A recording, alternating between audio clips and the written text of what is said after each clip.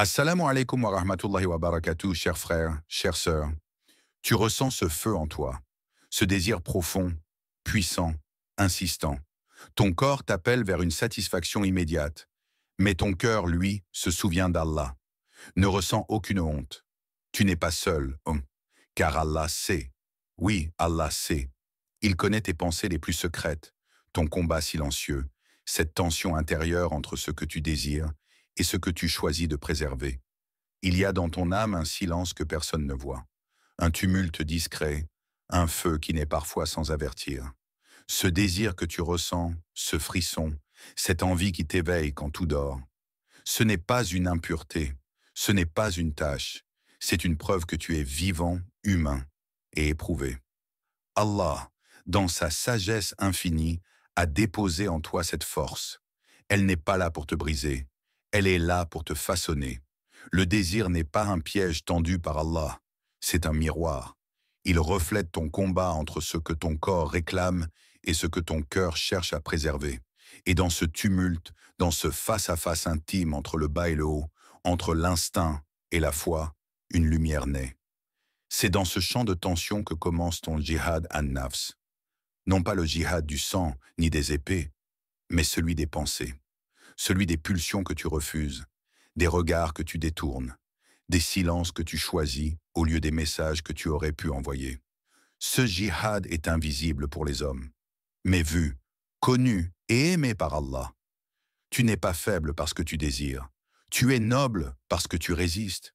Rappelle-toi que même les prophètes ont été éprouvés.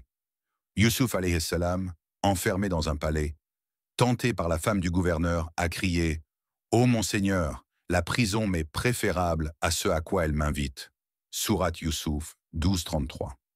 Regarde la grandeur de cette parole.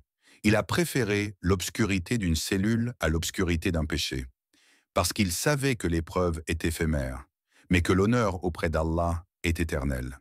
Tu es peut-être dans ta propre prison aujourd'hui, pas entre quatre murs, mais entre quatre pulsions. Et à chaque fois que tu choisis la patience, chaque fois que tu retires ta main du haram, chaque fois que tu inspires profondément pour dire non à ce que ton âme veut tout de suite, Allah t'élève. Il écrit ton nom parmi ceux qui l'aiment en secret. Il te classe parmi ses alliés silencieux. Et il prépare pour toi une lumière que nul péché ne peut donner. Ne maudis pas ce que tu ressens. Utilise-le comme un chemin vers ton Créateur, car tout ce que tu refuses pour lui, il te le rendra plus pur, plus beau, plus noble. Et si un jour tu faiblis, souviens-toi, ce n'est pas ta chute qui te définit, c'est ta capacité à te relever pour Allah, encore et encore. Il y a des gestes simples, un regard posé avec tendresse, une main qui caresse sans dire un mot, un silence partagé entre deux âmes qui s'aiment pour Allah. Dans l'islam, ces gestes ont un nom, adoration, car ce que la foi encadre devient lumière, et ce que l'amour pur inspire devient sacré.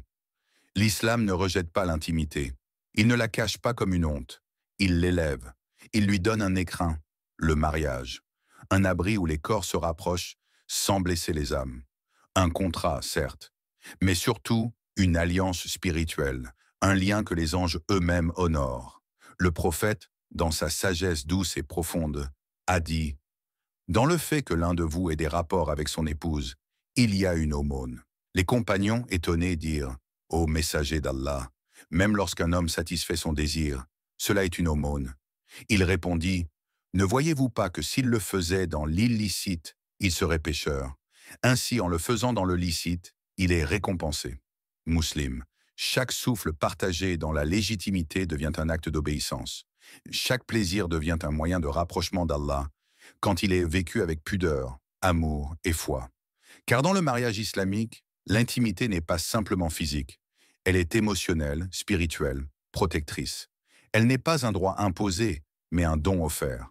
Un échange d'affection, une protection mutuelle contre la solitude, les tentations et les blessures du monde extérieur. Le Coran dit avec tendresse « Elles sont un vêtement pour vous, et vous êtes un vêtement pour elles. » Sourate Al-Baqarah 287. Un vêtement protège. Il couvre les défauts. Il réchauffe dans le froid. Il est intime. Ainsi est l'époux pour son épouse et l'épouse pour son époux. Non pas des chaînes, mais des refuges. Dans un monde qui banalise l'amour et souille le plaisir, l'islam le sanctifie et rappelle aux croyants que le corps a un droit, oui, mais que ce droit peut devenir un chemin vers le paradis. Quand deux croyants s'aiment pour Allah, se respectent ou s'attendent, se donnent l'un à l'autre dans le cadre du halal, chaque sourire, chaque étreinte, chaque soupir partagé est un verset vivant. Une preuve que l'amour n'est pas haram. Ce qui est haram, c'est l'amour sans vérité, sans engagement, sans limite. Et dans cette époque qui vend le plaisir sans la loyauté, soit de ceux qui aiment avec noblesse. Car le plaisir qui respecte les limites devient une invocation silencieuse, une trace de lumière dans le livre d'Allah. Le feu du désir n'est pas dangereux lorsqu'il est contenu, mais laisse-le s'échapper de son foyer, et il ne réchauffe plus, il brûle. Ce qui hier semblait doux et séduisant, laisse aujourd'hui un goût amer, un regard trop long, un message de trop, un clic tard dans la nuit, et l'on glisse. Pas brusquement, mais lentement. Comme une corde qu'on lâche doigt par doigt. Ce désir, quand il n'est plus dirigé par la foi, devient un tyran silencieux. Il se cache derrière l'écran, derrière les excuses, derrière le fameux « ce n'est pas si grave ». Et pourtant, chaque pas hors du halal est un pas vers l'assombrissement du cœur. Ce n'est plus de l'amour, c'est de la consommation. Ce n'est plus de la connexion, c'est de la perte. On te dit aujourd'hui, sois libre, vis tes envies. Mais cette liberté dans les faits t'attache. Tu deviens prisonnier de ton écran, de ton besoin de plaisir immédiat. Tu n'as plus le contrôle. C'est lui qui te contrôle. Le Coran ne dit pas seulement « ne commettez pas la fornication ». Il va plus loin, plus tôt. Il avertit à la racine « et n'approchez pas de la fornication ». C'est une turpitude, et quel mauvais chemin. Sourate Al-Isra, 17-32. N'approchez pas, pas un regard, car tout commence là. Tu crois peut-être que ce n'est qu'un regard, mais le regard creuse, attise, allume. Et un feu allumé par un seul regard peut consumer une foi entière si l'on n'y prend pas garde.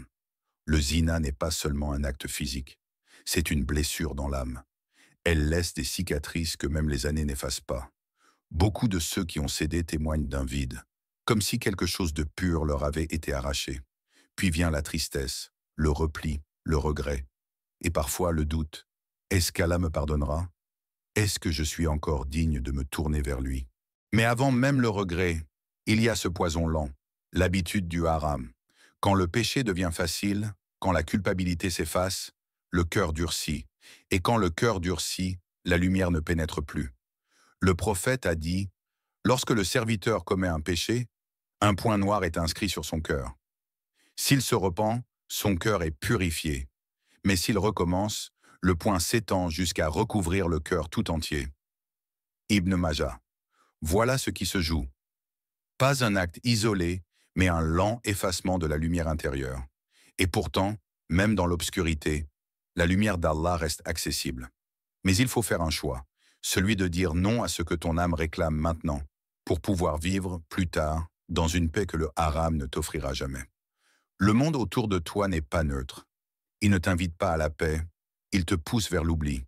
Les écrans, les pubs, les réseaux sociaux, tout est fait pour capter ton attention, piéger ton regard, exciter ton désir. Tu n'as rien demandé, mais on te sert le haram sous 1000 formes. Clips suggestifs, séries banalisant la fornication, publicité surfant sur le corps. Et pendant que les images défilent, que le plaisir est glorifié, le halal est présenté comme dépassé.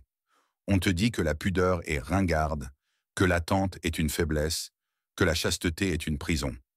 Mais c'est un mensonge maquillé en liberté, car celui qui suit ses passions sans frein n'est pas libre. Il est enchaîné à son propre désir. La société moderne ne veut pas ton bien.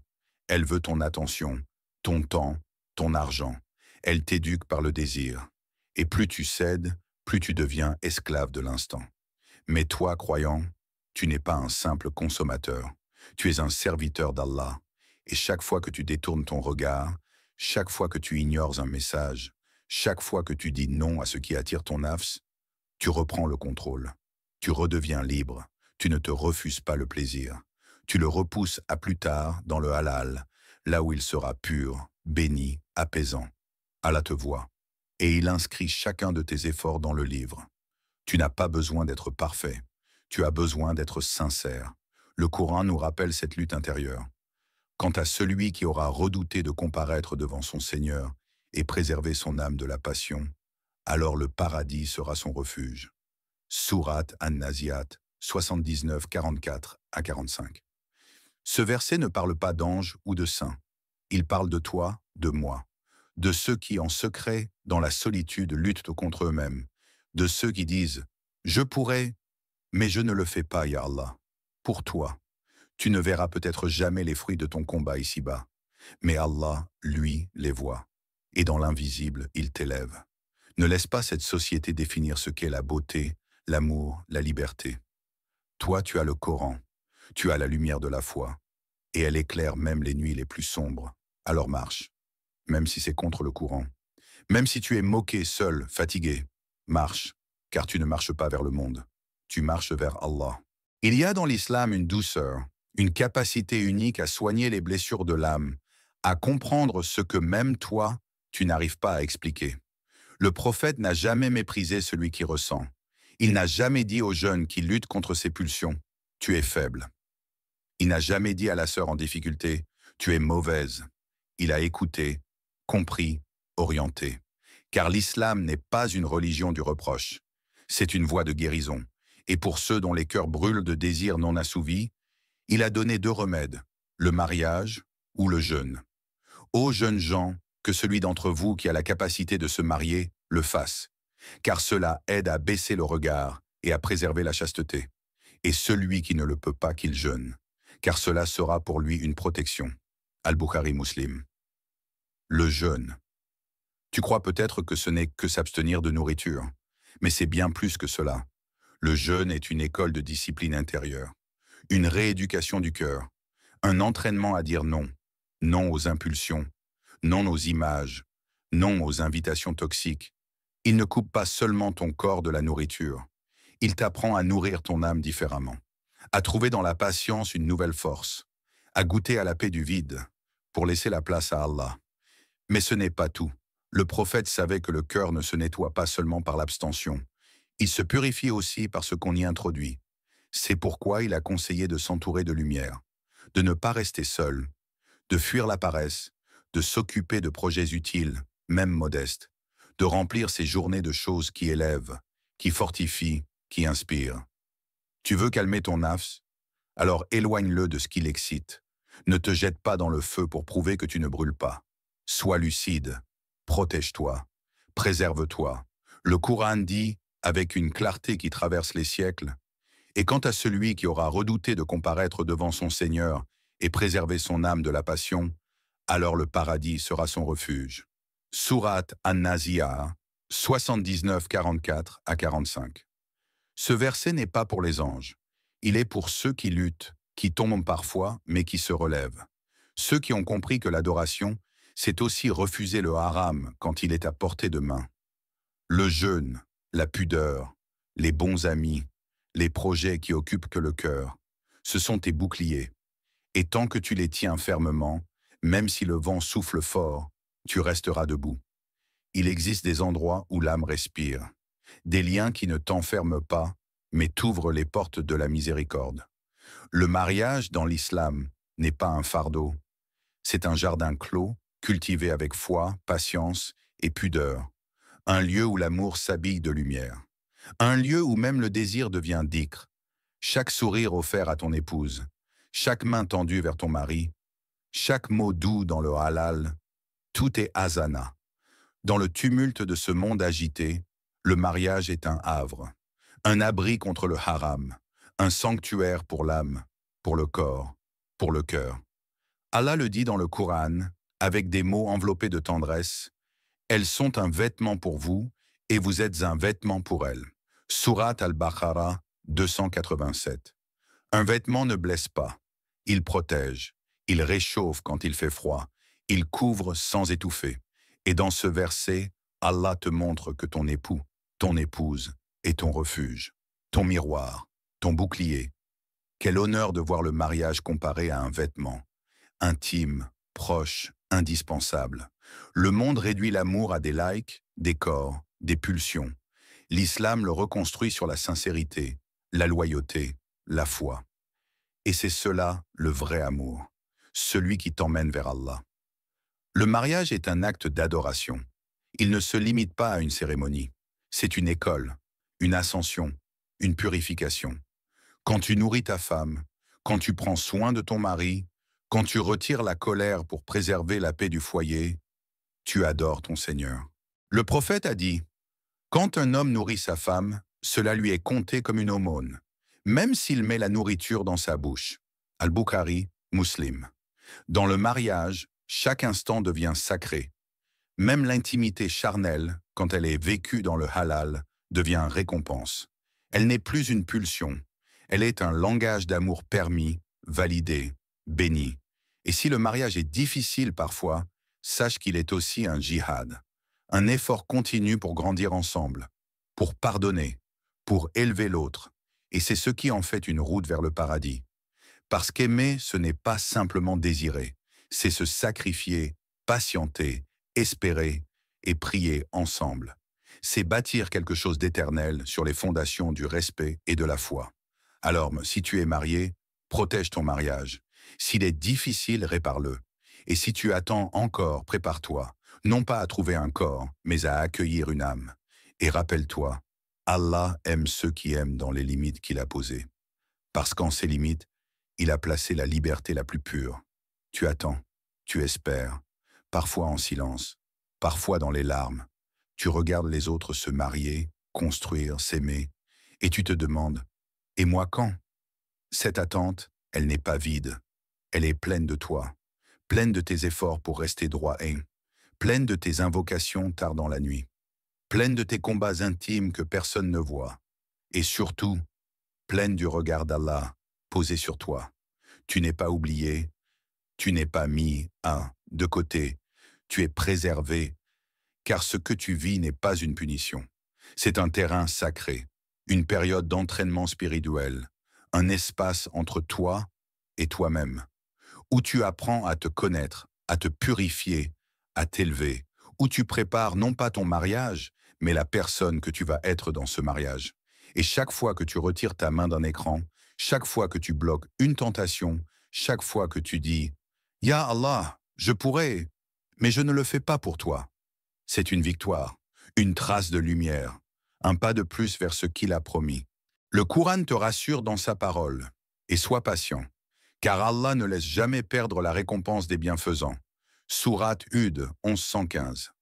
Tu crois que tu attends, mais Allah construit en silence. Il façonne ce qu'il va t'offrir. Et s'il tarde, c'est parce que son cadeau est précieux. Tu ne perds pas ton temps. Tu le sanctifies. Tu ne fuis pas le désir. Tu l'honores en le plaçant au bon endroit. Et Allah, lui, ne déçoit jamais un cœur sincère. Alors continue. Préserve ton regard. Sois exigeant sur ton entourage. Remplis ton cœur de Coran, tes mains d'actions utiles, ton âme d'invocation. Sois celui ou celle que tu veux mériter, car Allah te donne selon la pureté de ton intention. Et un jour, quand tu ne t'y attendras plus, une porte s'ouvrira, et tu comprendras que ce n'était pas un oubli, mais un écrin que lui seul savait quand ouvrir. Ya Allah, toi qui entends les soupirs dans le silence, toi qui vois les larmes qui ne coulent même pas, toi qui connais les secrets que l'on cache même à soi-même. Regarde-nous, écoute-nous, accueille-nous. Nous luttons, Ya Rahman, contre ce que nos cœurs désirent, mais que ta sagesse nous interdit, contre la tentation des yeux, des mains, des pensées, contre une société qui nous pousse au haram, quand notre âme cherche ta lumière. Renforce notre patience. Donne à notre nafs la force de se courber devant toi. Apaise les cœurs impatients, apaise les corps en feu, apaise les âmes qui crient sans voix. Ya Allah, accorde à ceux qui attendent un mariage pur, un amour sincère, un foyer baigné de ta miséricorde. Donne-leur non ce qu'ils veulent, mais ce qu'ils ignorent encore être un bien pour eux. Un époux ceux qui les mènera vers toi, un regard qui les élèvera, pas qui les brûlera, un amour qui les purifiera, pas qui les détournera. Préserve-nous du haram, du regard illicite, du message dangereux, du pas de trop vers ce qui est défendu. Place entre nous et le péché une barrière de lumière. Et si l'on chute, tends-nous la main de ton pardon. Fais de notre chasteté un honneur, et de notre attente une élévation. Un jardin secret entre toi et nous, où chaque effort est écrit, chaque refus du haram est aimé, chaque victoire intérieure est célébrée par les anges. Ya Allah, inscris-nous parmi ceux qui t'aiment plus que leurs propres désirs, parmi ceux qui, dans l'invisible, te choisissent, et donne-nous, dans ce monde, la douceur de la foi, et dans l'au-delà, le refuge de ton paradis. Amen, amen, amen. Assalamu alaikum wa rahmatullahi wa barakatuh.